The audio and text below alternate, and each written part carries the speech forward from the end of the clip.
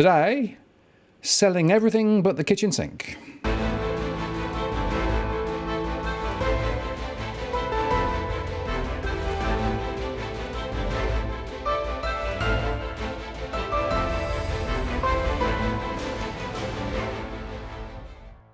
Hello again, it's Martin North from Digital Finance Analytics. Welcome to the latest post covering finance and property news with a distinctively Australian and New Zealand flavour. Today I'm joined again by Joe Wlkes. Hi Joe. Good morning, Martin. So I gather that things are looking interesting over there. Yeah, we had a wonderful night last night watching cricket. My kids and I, we stayed up late. I was peeling bodies off the carpet this morning. They'd managed to stay up until about 2 o'clock in the morning and then drifted off until I was too loud at the end and they woke up again. So, it's a fantastic game of cricket. I pulled my hair out. It's one of those matches I think we'll all remember for a very long time. I was going to say, absolutely memorable. I was watching it too, and I could not believe how close it was. So pretty remarkable. Yeah, well, I've got to take this one because the Rugby World Cup could be very different, and I'm not sure if I could deal with my wife if she had the Cricket World Cup and the Rugby World Cup in the same year. Okay, fair point. Yeah, okay. But meantime, back in the real world. Back in the real world, things are getting shaky. The REINZ have reported their latest figures last week. Volumes of sales were pretty poor. We're right back down again. June was the fourth out of 6 months now where we've seen sales volumes really drop off a cliff back to 2010 levels. There's only been a couple of years, 2008, which was the GFC year, 2010, another bad year. You have to go back to 2002 to find another year where the sales volumes, particularly up in Auckland, have been as miserable as they have been. Top end transaction volumes still leading the way, so there's been a big drop off. Mike had mentioned previously in our posts that the up to May sales volumes north of 2 million were down 43% year on year, 28% down on the 1.2 to 2 million level. So there is a big change happening there. The foreign buyer ban seems to have removed a lot of the hot cash that was hitting the top end of the market, and as a result, you're seeing the volumes affected. The volumes of sales at the top end seem to be being affected around the country. So people who live in a nice house, they often do downsize to a cheaper area, but they don't always downsize their lifestyle aspirations. So I think that if you look at the numbers at the top end for Wellington, out in Tauranga, the numbers there are also quite telling. Because I had a colleague of ours, someone who's also volunteered their time to help DFA provide some information, actually went to an auction in Tauranga for us on Thursday, recorded everything that was going on or not going on, just sort of talk about this auction in particular, because it's quite interesting what he saw and what he recorded. So publicly, this data gets recorded as sold, not sold. Sold price is given.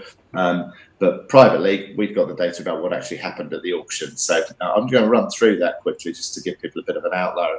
Tauranga has been one of these towns where the Auckland market has fled to over the last few years, cashing up, off we go, and going in and looking at Tauranga, which is very much a retirement market and a holiday market. Very nice climate, good beaches. A little bit going on, got a good port. They've got quite a bit of tourism that goes in and arrives in Tauranga because of the port and the various cruise ships that go through there, particularly over the summer season. So it's been quite interesting to see how the dynamic, because we filmed our property downturn out and about in sunny New Zealand post at the tail end of last year, and I was highlighting how much building was going on. It's been quite interesting now to get some boots on the ground opinion and these auction results. I will make a point to go up to Tauranga over the next few months and just go and have a little look myself. So Tauranga auction this is last Thursday, so the 12th of July. This is the Eve's auction. Now auction numbers around the country are now making up around 10% of the mode of sale. So they have dropped off. At the height of the boom, auctions represented around 70%. So and we've got that given to us by CoreLogic not very long ago. So now it has dropped off. People are only choosing to sell it, I guess, if they really have to, given that the market is showing some weakness. Now, There were 2 sessions at the Tauranga auctions. First session, there were 9 lots up for offer, and I'll just read through what happened. Lot 1, there were 6 bidders, lower end property, sold for 510,000, and from our source, a lot of the first time buyers were the ones who were bidding on that. Lot 2, 1 bidder. The best bid was 750, but that wasn't enough for the seller, and it was passed in and not sold. Lot 3, 1 bidder, best bid 935,000, and again it wasn't sold. Lot 4, not a single bid, and not sold. Lot 5, popular, 4 bidders competing, 725,000 and sold. Lot 6, no bids, not sold. Lot 7, just the vendors bidding. So we have vendors who put a benchmark in the sand and hope to get somebody else involved. Quite often they'll do a couple of vendor bids and then they'll pass it in. This was one of those. The vendor did bid, nobody else wanted to, and it wasn't sold. Lot 8, no bids, again, not sold. Lot 9, no bids, not sold. The second session in the afternoon, which was the 2 p.m. session at these auctions, Lot 1, popular house, the only sale that happened at what I would call the upper end of the Tauranga market. It's not the top end, but above $1 million. So 1.37 million sold. There were 3 bidders competing for that. And then we've got, I suppose, a continuation of the auction house that sounds like a library. Lot 2, no bids, not sold. Lot 3, no bids, not sold. Lot 4, 2 bidders, lower end property, first time buyer sector, and one that had a little bit of scope for improvement, 656,000 and sold. Lot 5, returning to the library, no bids, not sold. Lot 6, no bids, not sold. Lot 7, no bids, not sold. Lot 8, just the vendor bidding again against themselves. Nobody was there and interested, not sold. Lot 9, 1 bidder plus the vendor. 520,000 was the best bid. Didn't meet the owner's expectations and wasn't sold. Lot 10, no bids, not sold. In total, there were 4 houses that sold from the 19 lots that were offered. Now, it's really interesting to get these stories. I appreciate when people do go out there and make the effort to record these auctions for us. That's the way that we can transmit some reality, because that's a reality that you don't get from just looking at the data. There's quite a lot of auctions now that are being withdrawn as well in New Zealand, which I think is a sign that people are getting to near auction day and realising we haven't had anybody through the front door, so we'll cut this off. When we looked at Tauranga at the end of last year, and I talked about how much new development was going on, this hasn't surprised me. The areas around Tauranga, to go out to places like Pies Par, the lakes, Papamoa Beach, there have been some heavy subdivisions going on, and this is, I think, a result of all that stock that building into the boom, building into really, really hot market last couple of years, all of a sudden finding that there are fewer Aucklanders able to get the prices that they want to make those moves out for retirement. So really interesting data. I want to thank my source for that. We've got some other people now looking at other areas of the country as well. So hope to be able to report on more of that as we go through the next few weeks. I tried to post that data on one of the news sites in New Zealand. It lasted about 30 seconds before being pulled down on an open comment stream, but it wasn't deemed to be it was deemed to be too truthful, I think, is probably the reality of it. Well, it's just worth saying, Joe, I mean, this is really quite important, right? Because firstly, kudos to those people who are actually helping us by providing us real information on the ground. That's really, really important. And, the more of that we get, the better we're able to actually report what's going on. But here in Australia, the media is full, absolutely full, of the high auction clearance rates, right? Suddenly over the last 3 or 4 weeks. But if you look at what's been going on, essentially you have a large number of properties listed, right, of which only a relatively small number actually go to market and they get results for. So essentially, when they calculate their clearance rates, they don't actually calculate from the list of auctions, they calculate it relative to the number of reported auctions, right? And guess what? When you actually have reported auctions, real estate agents are going to be biased towards reporting successful auctions, right? So the actual auction clearance rates that are quoted are actually completely off the mark relative to what really happened in terms of the total pool of auctions that was planned to go ahead. That's the first point. Second point is that if you then compare the volumes of sold properties with a year ago, they're still way down, significantly down. So essentially, whilst all of the media is spruiking the high auction clearance rates and saying this is, a remarkable turnaround and everything's looking wonderful again, the truth is the data, the real data, is telling a completely different story, and it's just not being interpreted correctly by the major media outlets. Yeah, well, we've got, I suppose, the way that things are reported over here has shifted. There used to be quite a lot of focus on the Auckland auctions, and for years those Auckland auction clearance rates were phenomenal.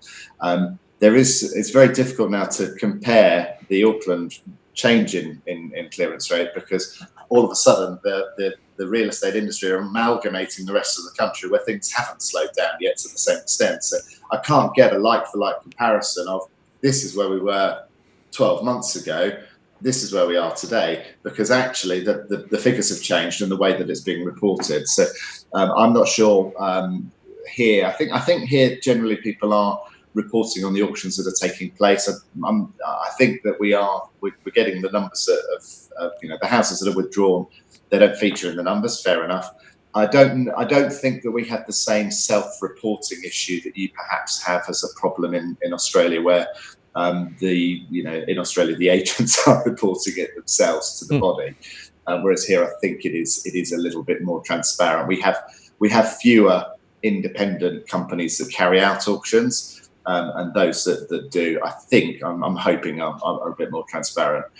What's very obvious is that the overseas buyer ban is having an impact on that flow of cash, and you can see just one sale there, north of 750,000, does paint a completely different picture to anything. There have been a lot of people who will have been walking out of that auction room, and it was quite interesting to get the anecdotal evidence of people in their 60s and 70s sat there dumbstruck at the fact that their house didn't even get a single bid.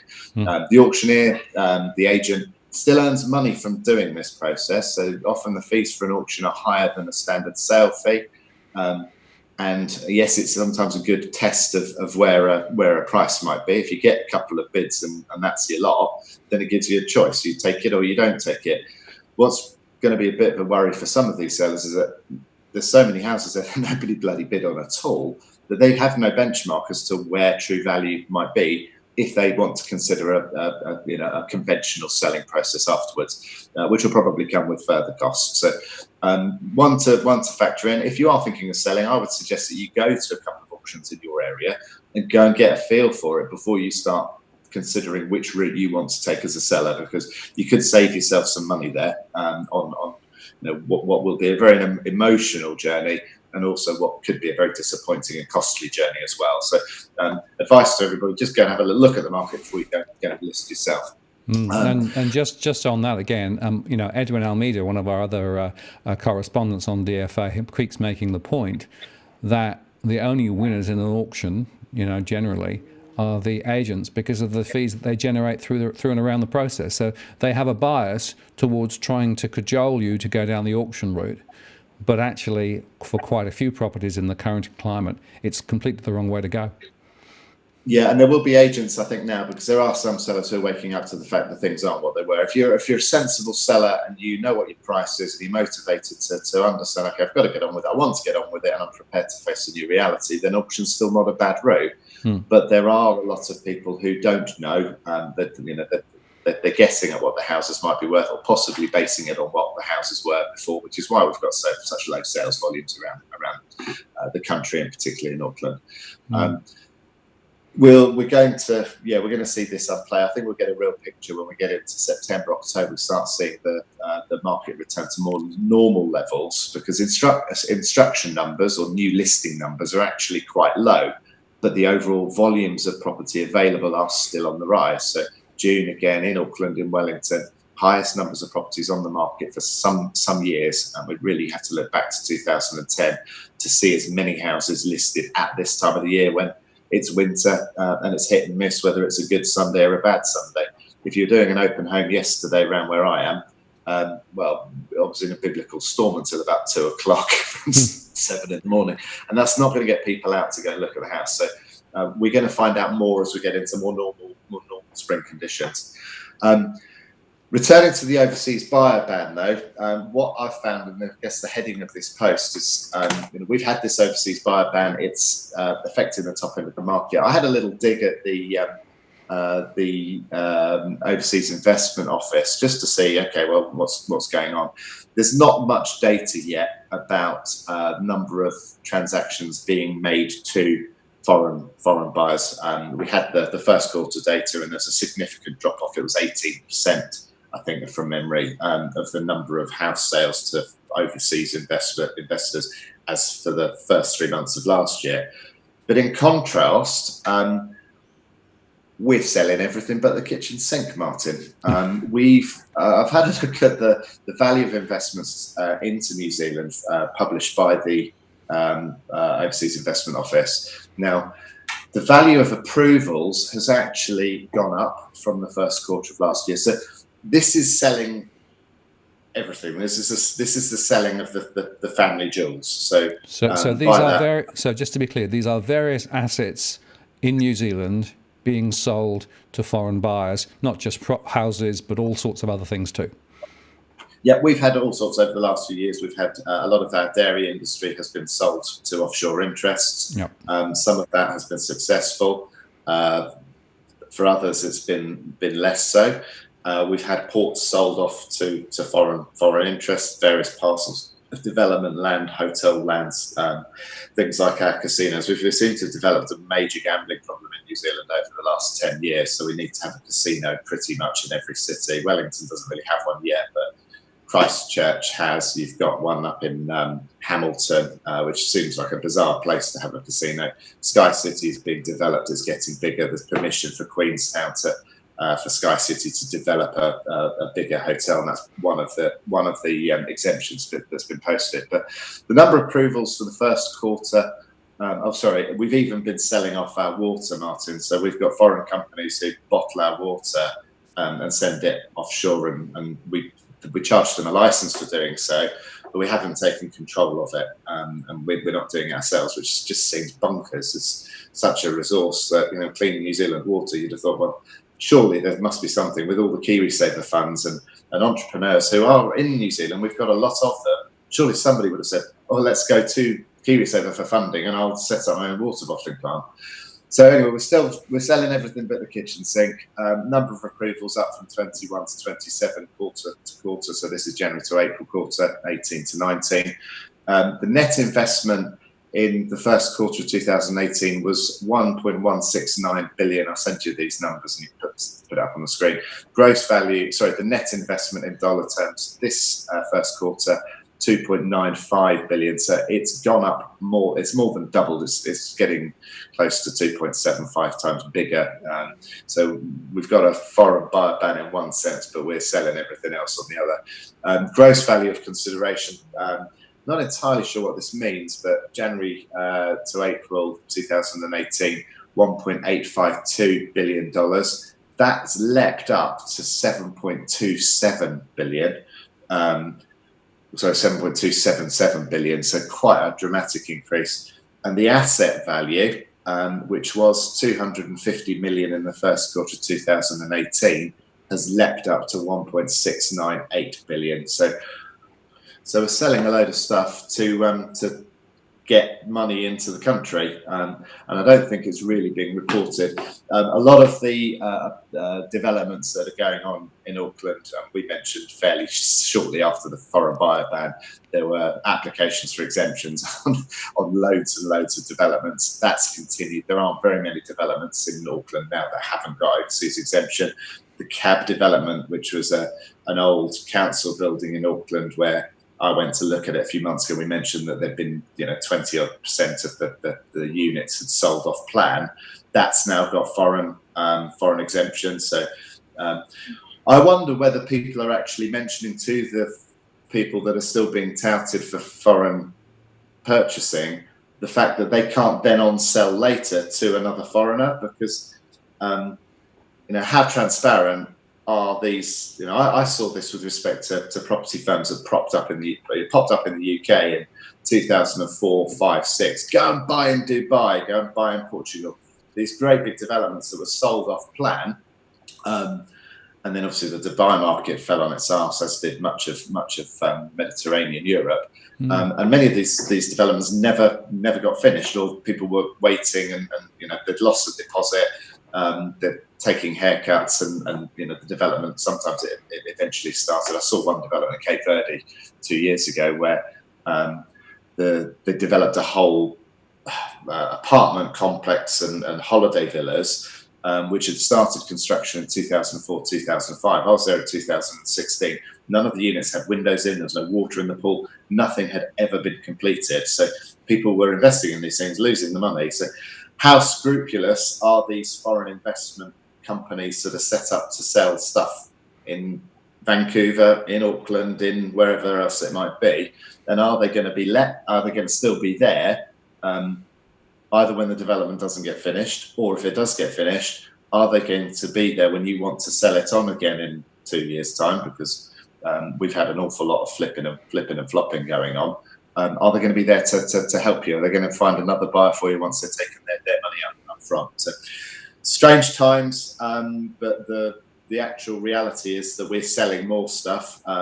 We sold half a dairy cooperative on the west coast a couple of weeks ago. That's been sold to foreign interest. I looked at the people who were leaving that shareholder meeting. Most of the shareholders were in their 60s, 70s, looked like they were desperate to get out of probably the hard work that goes into running those operations, because they're shareholders and their owners and their operators. The offer that was made to them was too good not to be turned down. So 10 years from now, though, my kids are going to be out in the workforce, and are they going to be working for foreign companies that are taking the profits home? Or are they going to be working for New Zealand-owned operations that are recycling the money back into their communities and back into their own country? I'm not sure, but these numbers would be interesting to see. We haven't got the June quarter numbers yet. Be interesting to see if this continues. So yeah, we've sold most of the kitchen now. Yeah, well, it's just underscores again the tyranny of globalization, right? And the fact that in an open market economy, as New Zealand and both Australia is as well, there are pros and cons of essentially allowing all of this stuff to be sold overseas. And I guess you get the cash injection in the short term, but strategically and long term, you do wonder where it's going to take the country. Yeah, well, we've already got issues with exorbitant milk prices in a country that produces milk as its primary product. We can't compete. If you look at supermarket prices in most of Europe for 2 litres of milk, you're looking at 2/3 the cost, and we produce it. We don't have to send it anywhere. It's half. Most of the milk's within 50 kilometres of where people live. So we've got to be careful. But these things aren't being talked about in the press.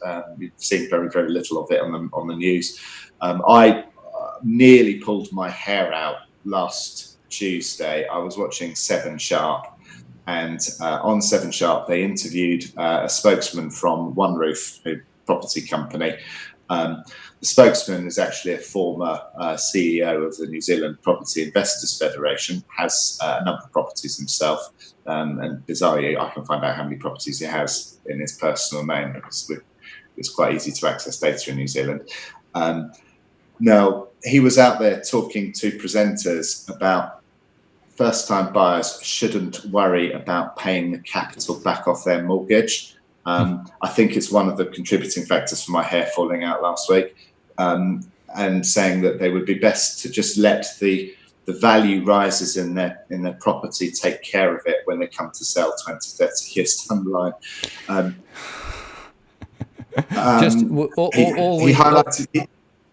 He highlighted his mother's house as an example that was bought in the 1970s for 30,000 from memory, and it's now worth 500. What I'm going to say is that if you'd have done that in Ireland, if you'd done that in Spain, if you'd done that in large parts of the UK over the last 10 years, you'd be still stuck there, twiddling your thumbs, thinking, "What the hell have I done? I can't go anywhere. I can't move." So please don't listen to these idiots that they're letting on TV. The programme 7 Sharp, bizarrely, is sponsored by ASB. So even at prime time 7 o'clock television is bank owned.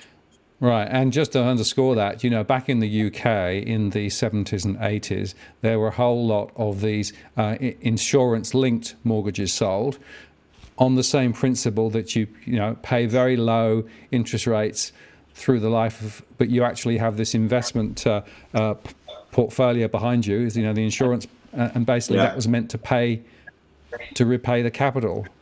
And thousands of people, you know, decades later, came to the point of trying to actually go to that policy, and the value of that policy was just nowhere near big enough to be able to actually repay the mortgage, and suddenly they ended up with essentially a mortgage they could not repay. It's a classic problem. So don't listen to anybody who says rely on future capital growth from any source just to repay the mortgage. It ain't necessarily so. Definitely not. And but these buggers, so I've got to be careful with my language, but this is allowed to go on primetime television to try and sucker these kids in. And I just find it morally wrong. You know, I've seen too much to ever want anything like that to happen to my kids, my friend, you know, my kids' friends. It's a very, very dangerous thing. And but these people have a voice and a platform. And New Zealand needs to challenge it. I want to go on the news. I want to be on 7 Sharp, and I want to talk to people about some of the risks that we're building up, because we are just blindly walking our younger generation into a very, very big challenge. Yeah, spread the news, and anybody watching this, share this post, and get more people to understand that there's a whole nother narrative that needs to be reported. Yeah, indeed. Thanks, Martin, for letting me have that little rant. No, very, very important, and I think the messages are relevant for Australian viewers and elsewhere as well. So appreciate your time today, and we'll catch up again soon. Sounds good. Cheers.